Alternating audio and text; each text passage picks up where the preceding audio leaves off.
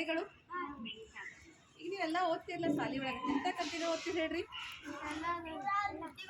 ಜಾದುಗಾರ, ನೀತಿ ಕಥೆಗಳು, ಅವ ಹೆಂಗಿರ್ತಾವ್ರಿ ಕತಿ? ದೊಡ್ಡ ಇರ್ತಾವೋ ಇನ್ನು ಸಣ್ಣ ಇರ್ತಾವ? ಸಣ್ಣನು ಇರ್ತಾವ ಅಂದ್ರೆ ಇನ್ನ ಭಾಳ ದೊಡ್ಡ ಇರೋದಿಲ್ಲ, ಸ್ವಲ್ಪ ಇರ್ತಾವಿಲ್ಲ. ಈಗ ನಿಮ್ಗೆ ಓದೋ ಕತೆಗಳ ನಿಮ್ ಶಾಲೆಗೆ ಓದ್ತಿರ್ಲಿ ಕತೆಗಳ ಏನಿರ್ತಾವ? ಚಿಕ್ಕದಾಗಿರ್ತಾವ. ಈ ಕಾದಂಬರಿ ಅಂದ್ರೆ ಏನ್ ಹೇಳಿದ್ದು? ಒಂದು ಉದ್ದವಾದ ಕತೆ. ಈ ಕಾದಂಬರಿ ಏನಿರ್ತದೆ ಹೇಳ್ರಿ? ಇದು ಒಂದ ಭಾಳ ದೊಡ್ಡದಿರ್ತದೆ ಕತೆ. ಮತ್ತೆ ಈ ಕತೆ ಹೆಂಗಿರ್ತೈತ ಅಂದ್ರೆ ಕಾಲ್ಪನಿಕವಾಗಿರ್ತದೆ. ಕಾದಂಬರಿಯ ವಿಷಯ ಏನಾಗಿರ್ತದೆ ಹೇಳಿದ? ಕಲ್ಪನೆಗಳನ್ನ ಇಂದ ಮಾಡಿದ ಕತೆ ಆಗಿರ್ತೈತಿ. ಇದು ಚಿಕ್ಕದಾಗಿರೋದಿಲ್ಲ, ಇಷ್ಟು ದಪ್ಪ ಬುಕ್ ಇರ್ತಾವ ನೋಡ್ರಿ. ಕಾದಂಬರಿ ಬುಕ್ ಹೆಂಗಿರ್ತಾವ ಹೇಳ್ರಿ? ದಪ್ಪ ಬುಕ್ ಇರ್ತಾವ. ಯಾರಾದ್ರೂ ದಪ್ಪ ಬುಕ್ ನೋಡಿದಿರಿ? ಯಾವ್ಯಾವ ಹೇಳ್ರಿ? ಕತೆದ್ ಬಿಟ್ಟೆ ಮತ್ತೆ ಯಾರು ನೋಡಿದಿರಿ? ಇಷ್ಟು ದಪ್ಪ ಇರ್ತಾವ ನೋಡಿ.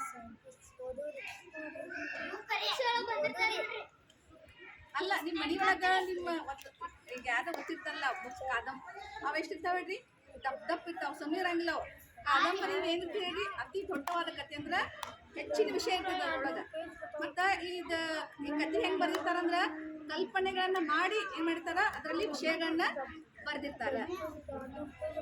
ಈ ಪ್ರಮುಖ ಕನ್ನಡದ ಕಾದಂಬರಿಗಳು ಯಾವ್ಯಾವಪ್ಪ ಅಂದ್ರೆ ಯಶಸ್ವಿ ಕಾದಂಬರಿ. ಇದನ್ನ ಬರೆದವ್ರು ಯಾರಂದ್ರ ಸುಧಾಮೂರ್ತಿ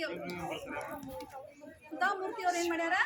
ಈ ಯಶಸ್ವಿ ಕಾದಂಬರಿಯನ್ನ ಇನ್ಫೋಸಿಸ್ ಅಧ್ಯಕ್ಷರ ಯಾರ? ನಾರಾಯಣ ಮೂರ್ತಿ ಅವರ ಪತ್ನಿಯವರಾದ ಸುಧಾಮೂರ್ತಿ ಅವ್ರು ಏನ್ ಮಾಡ್ಯಾರ? ಈ ಯಶಸ್ವಿ ಕಾದಂಬರಿಯನ್ನ ಬರೆದಿದ್ದಾರೆ. ಇನ್ನೊಂದು ಯಾವ್ದಂದ್ರ ಬೆಳದಿಂಗಳ ಚೆಲುವೆ. ಇದು ಕೂಡ ಕನ್ನಡದ ಪ್ರಸಿದ್ಧವಾದ ಕಾದಂಬರಿ. ಇದನ್ನ ಬರೆದವ್ರು ಯಾರಂದ್ರ ವಂಶಿ ಅವರು ಬರ್ದಾರ. ವಂಶಿ ಅವರು ಬರೆದಿದ್ದಾರೆ.